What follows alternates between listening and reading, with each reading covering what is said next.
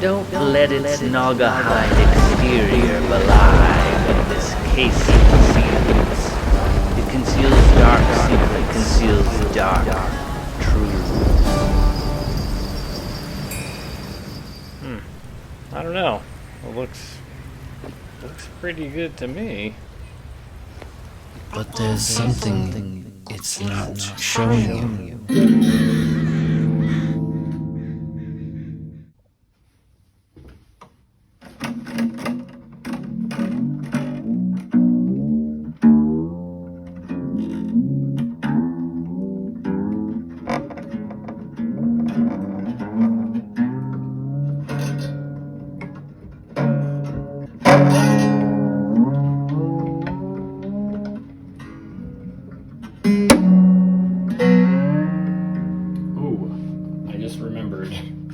I want to protect the top. Might be a little late in that regard.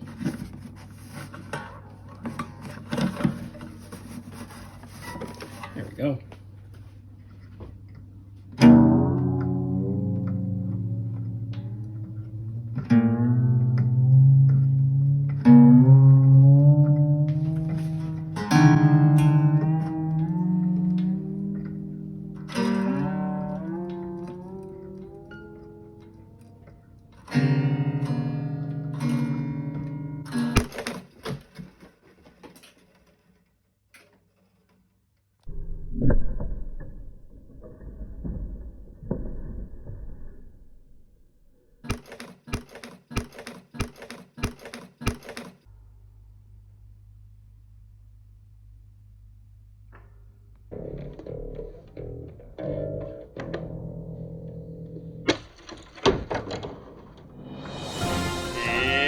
It's time for Guitar Chat with your host, whoever the this is.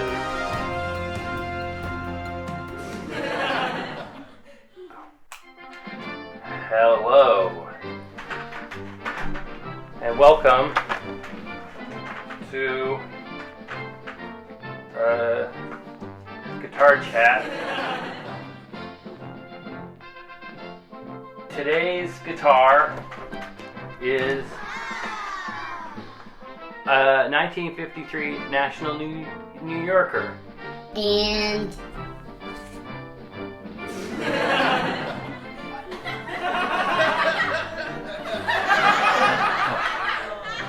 hi, I'm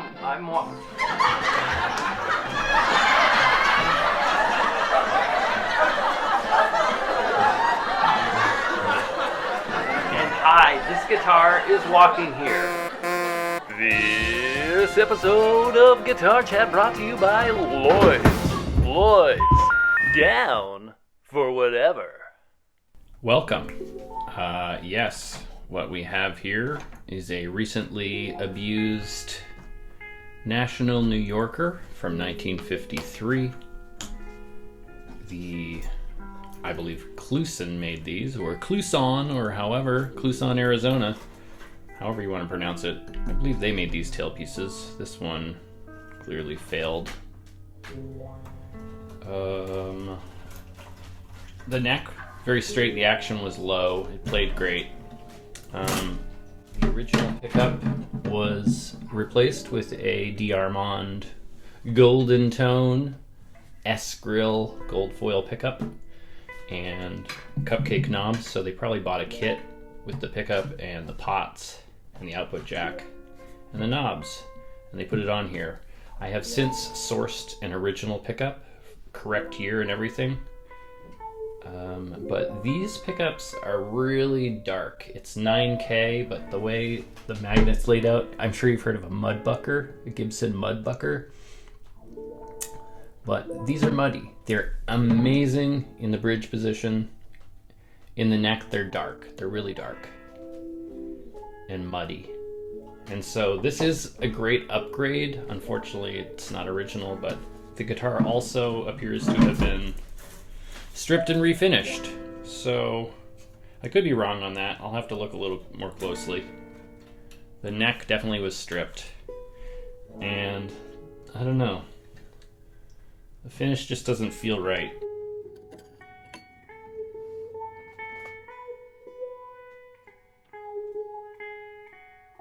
These are not the original tuners, because you can see they say Gibson Deluxe. They were made by Cluson. These necks are absurd. Actually, I'll take this off to show you, because this is the only company that made necks like this. Rather large decorative plate covers the neck joint. Now, I believe 3 of these bolts are just for adjusting the angle of the neck, and this is the only one holding it on. I could be wrong. I'll find out in a second.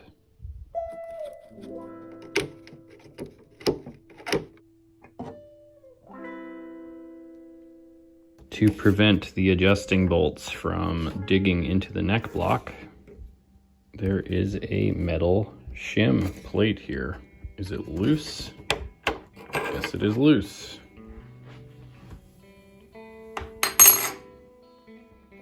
Hopefully this nut has some teeth on the backside to claw into the neck block, because otherwise it's just a square hole in a square plug in a circle hole holding it in.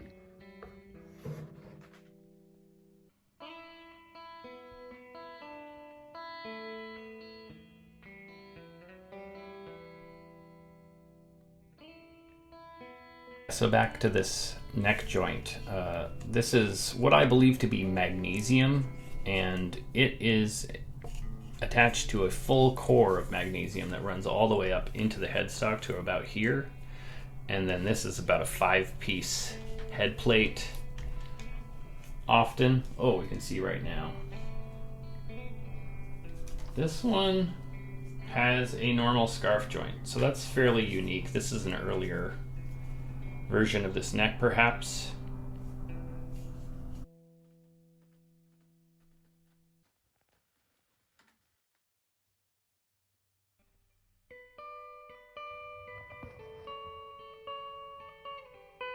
At any rate,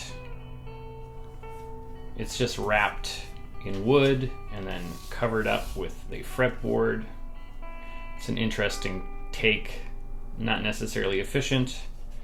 This neck in particular is perfectly straight still, but there are examples that aren't, so it wasn't foolproof. Well, you can see for yourself, it says 1120 in there, which means that this is actually a National Dynamic.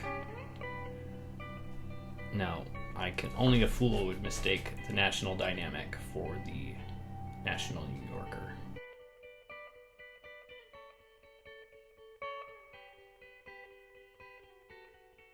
Before I consider ways to repair the original tailpiece, I looked in my parts bin and found a couple of approximate matches. This one is obviously significantly shorter, but the screw holes line up with the originals, so that's major bonus. This one is about the same length, a similar aesthetic, but lower quality. And just the lowermost hole lines up, so it would involve either just using one screw, which does work, or drilling new holes in the guitar, which is not ideal. The third option, find a replacement, or cut down part of this tailpiece and re-bend it around the trapeze. And I'm leaning that way. It's a lot of work. It'd be much easier to just bolt this on, but it might look kind of goofy. Now you can judge for yourself. Would this look too weird? Versus the original, which was approximately to there. And then there's this guy.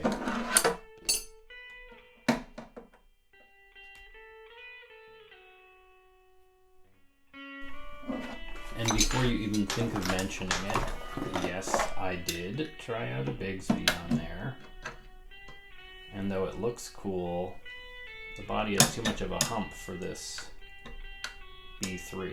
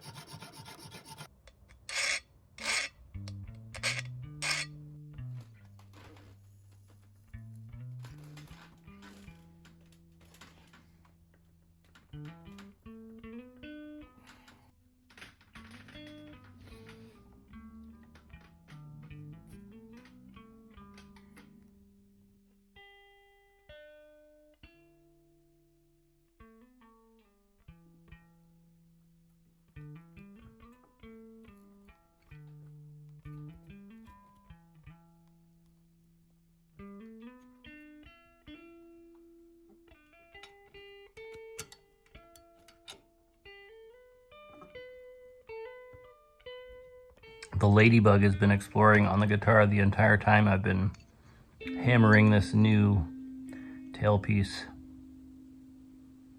It may almost work.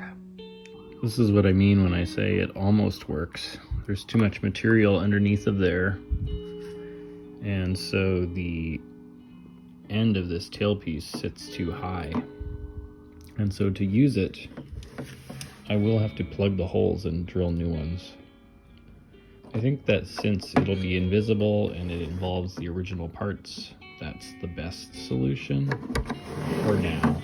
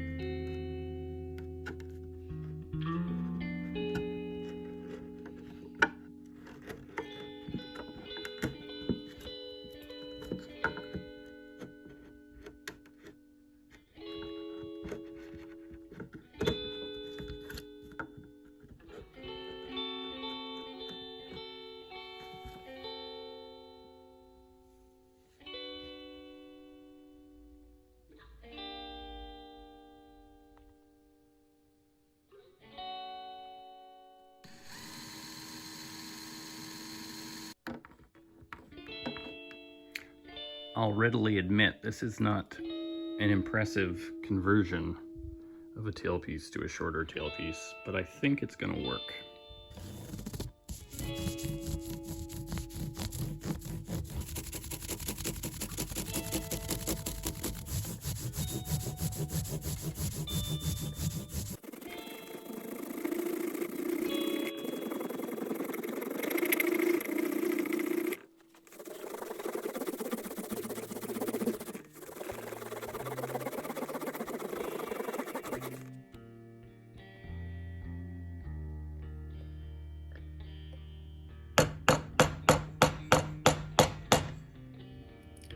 It would appear as though at one point the fretboard was scraped in between the frets, and so they're a little bit concave, like a Ingwie Jr. Ingwie? I don't fucking know. Okie dokie. Put this back together. Oh, might need the neck. Here it is.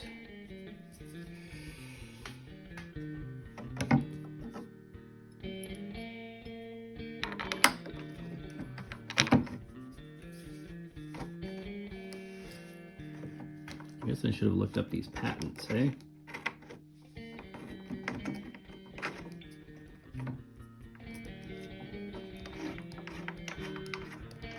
If I find them, I'll put them up on screen right now.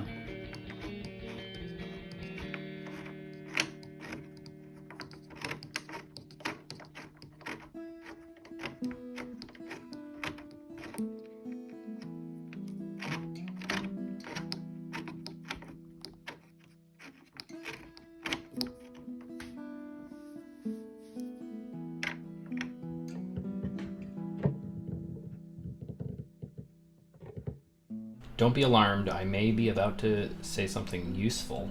It's about bridges. This bridge has the adjustment screw holes all the way through it, so they could potentially loosen to the point that they come through the bottom and damage the top of the guitar and make adjusting it impossible. So you need it fixed. But I prefer to fix them into the saddle if you can.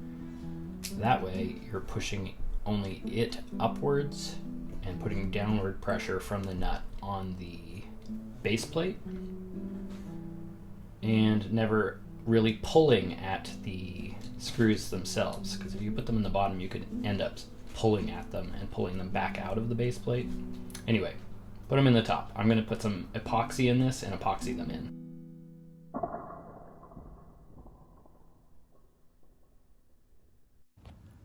An extra keen eye may have noticed that this bridge is actually pleasantly made from the same single blank of wood.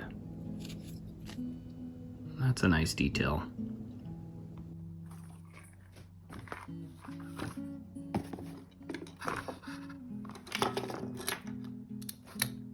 Yes.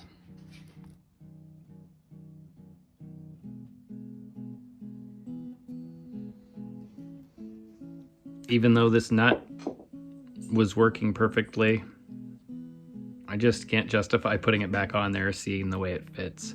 I don't think there's anything to do with tone transfer. It's just an ugly fit.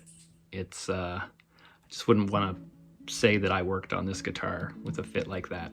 So I'm gonna make a new nut. Also, there's a plastic shim here, and underneath of that, I'll pull the shim out and you'll see there's very little wood-to-wood contact. It's actually the core, which I've been saying is magnesium, but perhaps it's aluminum. In the 1930s patent, aluminum is posited as a potential metal for the core. So anyway, I'll pull that off and we'll look. On top of everything else, it's plastic.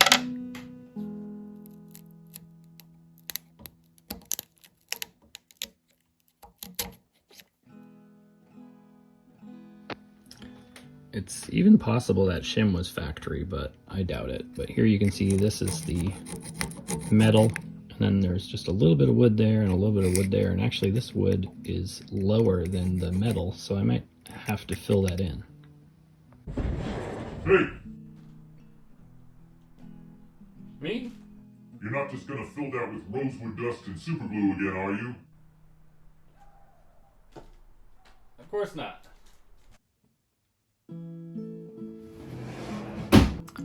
So I filled this in with rosewood dust and super glue. It's not a perfect match, but I think it's good.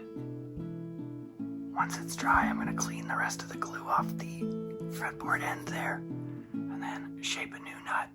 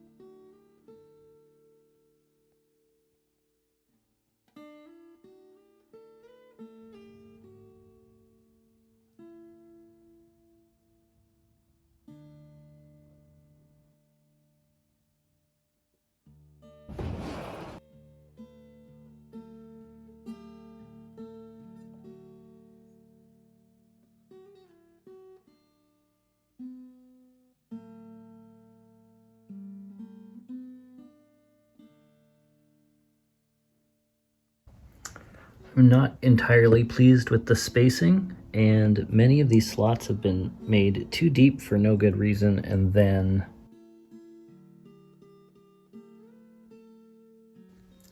okay, I put in rough slots so I can put the strings all up to tension before slotting the nut, because then I will know that the neck is in the position it's going to be in when it's under tension. And I can also lay out new positions for the bridge. And because I have this flat surface, that will allow me greater area with which to intonate the strings. With this string fragment, I laid out the intonation, and now I can carve the bridge accordingly. I'm doing nut slotting now. I feel like I don't need to show you this process every time.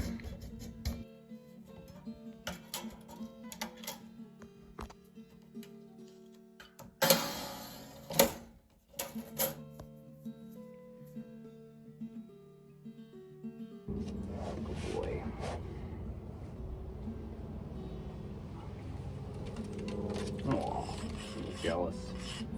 I get a bone and he doesn't. Okay, I intonated the bridge and I carved down the nut, and we'll do probably a little bit more fine tuning after this is fully in tune.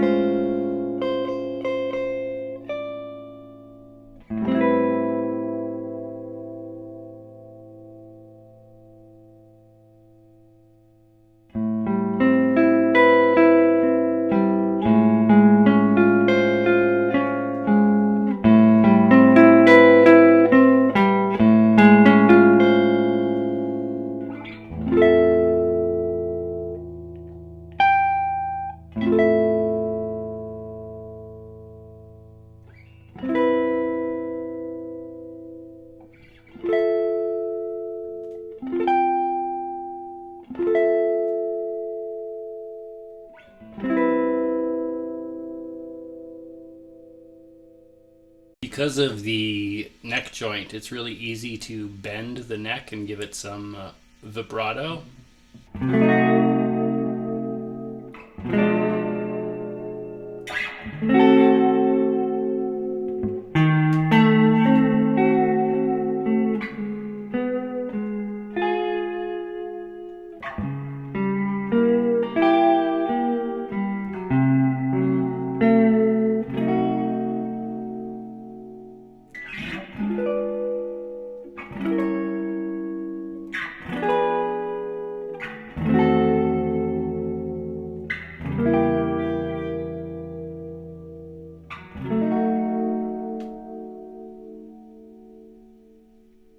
For curiosity's sake, here is the guitar purely acoustically.